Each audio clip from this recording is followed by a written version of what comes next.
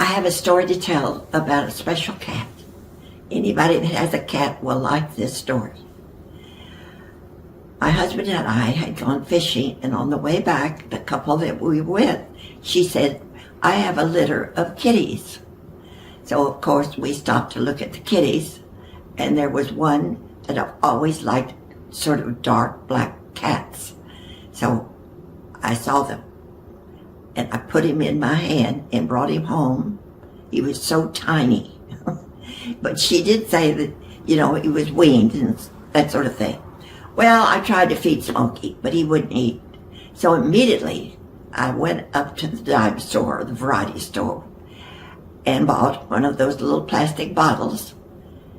Went home and was so excited, just so nervous about whether or not the kitty would take the bottle.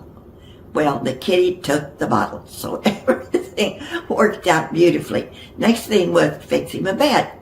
So I made a lot of soft, cushy things and put them in a box or a basket that he could get out of if he wanted to. So that was his bed for a long time. Then he moved around the house. But the thing about Smokey was this. He was almost like a human being.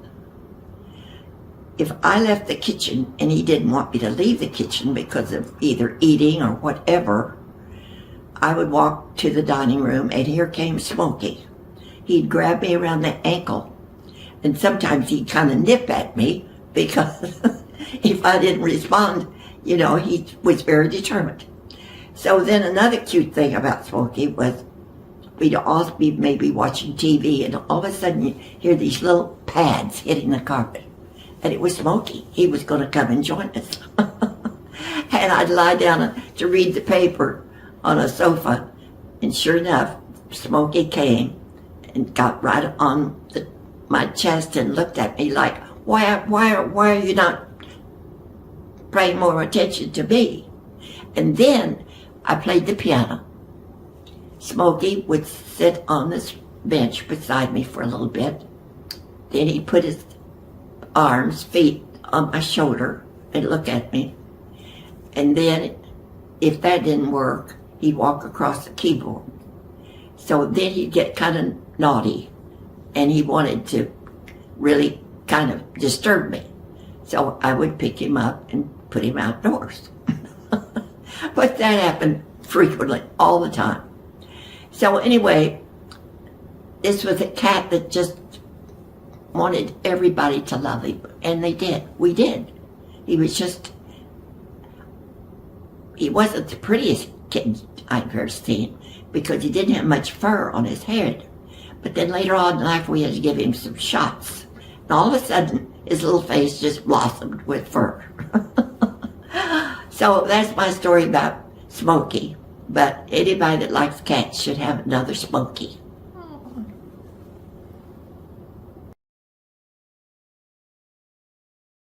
My name is Bill Stone. I'm the son of Betty Stone. Wanted to tell you a little bit about how she came into my life and how she's transformed my life to become the person I am today. So when I was 9 years old, my mom died. It was in February. And Betty, mom, didn't come into my life. In other words, my dad didn't remarry until about a year and 10 months later. On Christmas, just a few days before Christmas. So I went for almost 2 years without a mother in my life. While Dad was off at work, we had a live-in maid that would stay during, take care of me and my sister, but didn't have a mother in my life. And they were there just to make sure I didn't burn down the house. And and they were successful in that.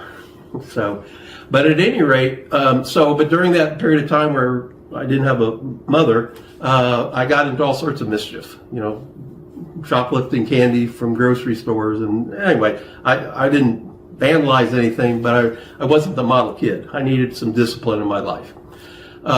So fast forward, wedding bells ring, and now we've got a mother in my life, and I got a brother. It's part of the deal, Bruce. And so I relished her coming into my life. I didn't fight her like, oh, who are you trying to tell me what to do? It's like, no, I embraced it. So I just love having her in my life. And, when I think about my life today and how she's impacted me, she was always even-tempered. And I consider myself even-tempered. Nothing gets me really riled up, maybe when the Chiefs lose, but by and large, I'm a very calm person. And I attribute that a lot to Mom's makeup. She's always super positive. A lot of people are, glass half empty. The glass is definitely half full. And so that's my attitude through life. And the other thing is that she's taught me is, especially when it comes to death, death, everyone dies. Everyone says, yes, that's part of life. Well, she kind of lives it. I mean, she's gone through a lot of death in her life. 2 husbands, all of her siblings, friends, but yet through all of those deaths, she's remained steadfast and has accepted it as just part of life. And I'm kind of the same way, that I accept things that aren't pleasant. It's like, okay, yep, that's going to happen, and put your big panties on and move on. So those are some of the traits that she gave to me, I suppose.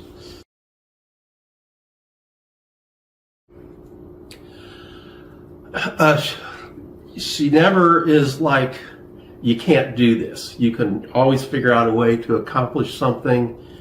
And that's definitely me. I mean, if something isn't working, the garage door doesn't work right. Well, instead of just giving up and saying, well, okay, it doesn't work, well, I figure out a way to get it to work. Because that's kind of like Mom's mentality, is like, let's not give up, let's stick to it. The stick-to-itiveness, I suppose, is a good trait that she bestowed to me. Yeah, one comes to mind. This is an example again of Mom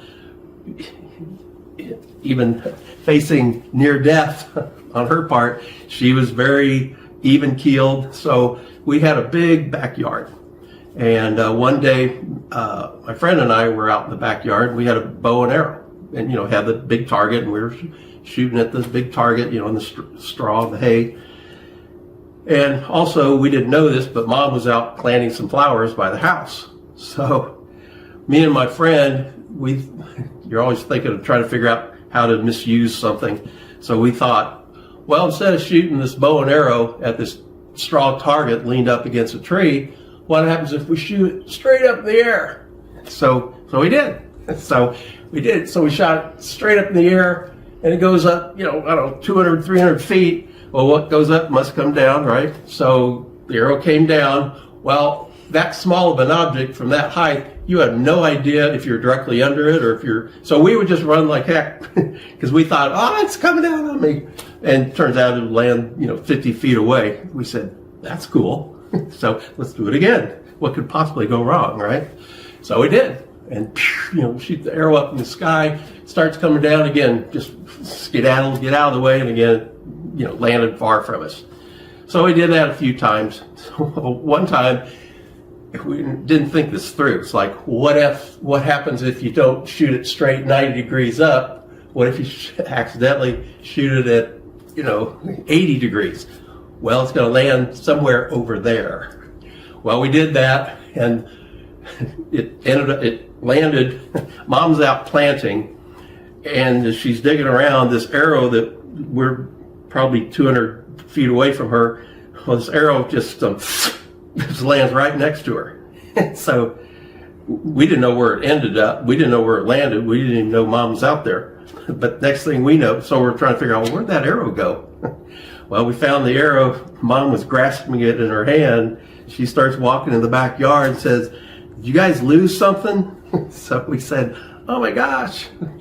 So that's just as I don't know, it's a fun story. Fortunately, nobody got hurt.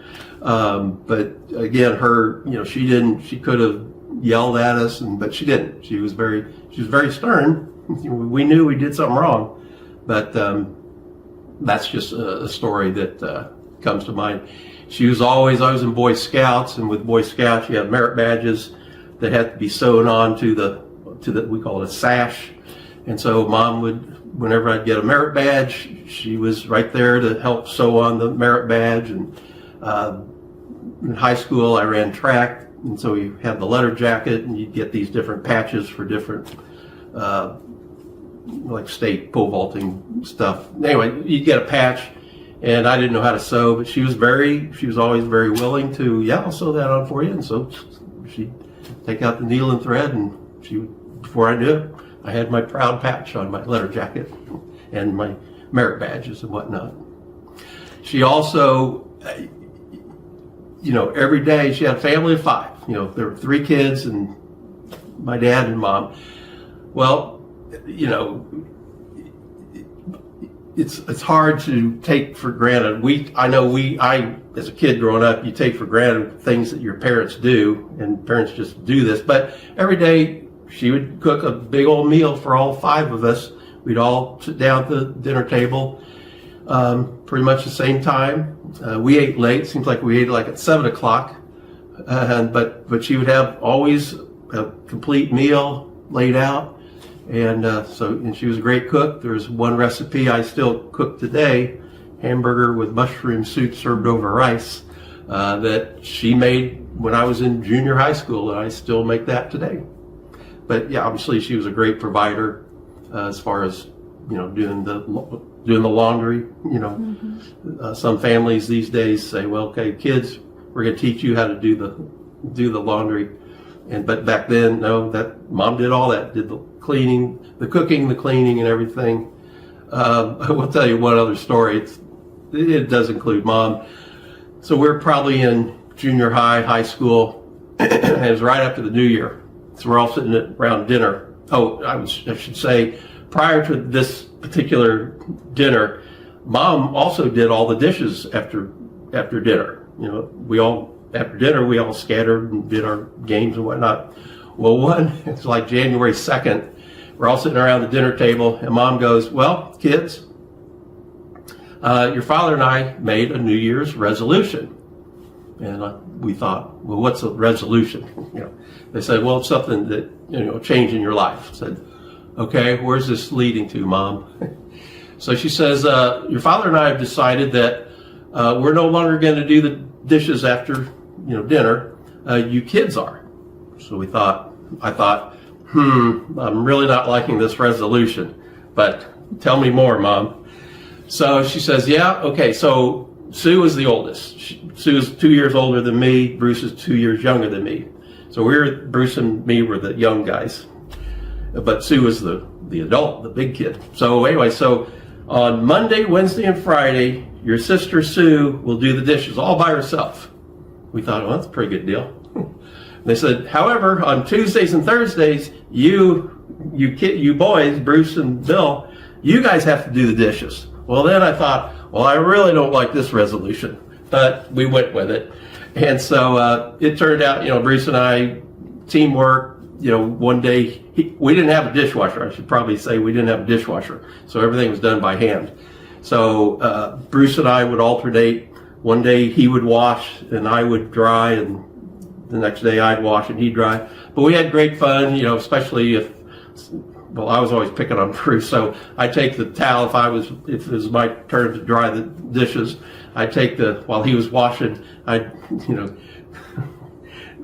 wind up the towel and, it was like, who was it, Snoopy, the dog that would always use his towel, or no, it was Linus that did that. But at any rate, we'd have whipping fights with the hand towel. But anyway, that's just a story that comes to mind that Mom says, your father and I have a New Year's resolution. So.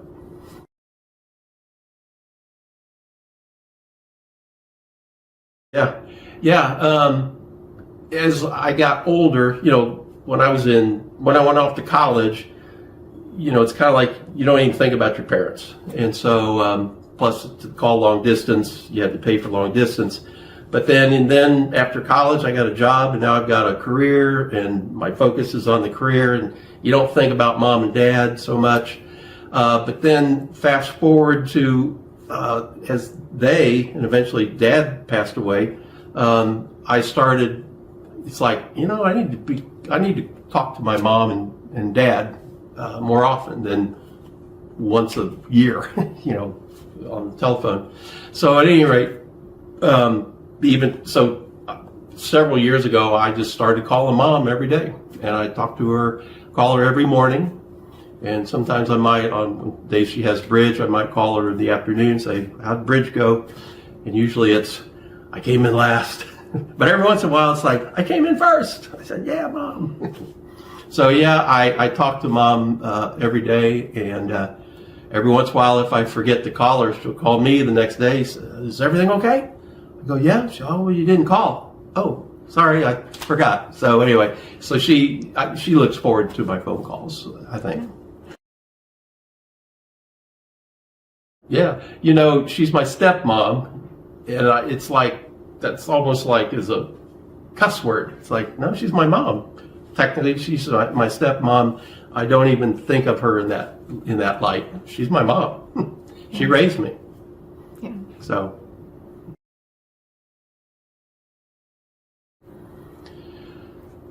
Biggest impact, that's a great question.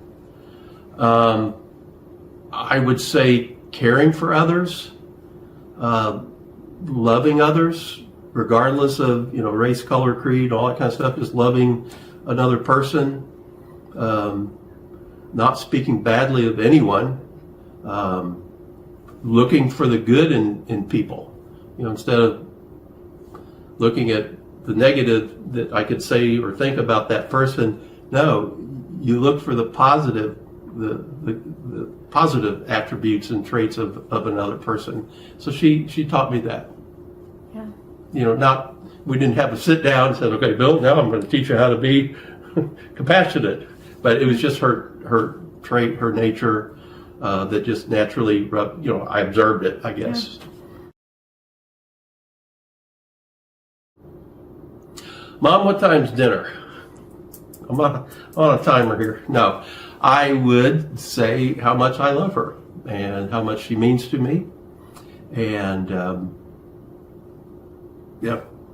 how she's made me the man I am today. She had a big, big part of that. So couldn't have done it without you.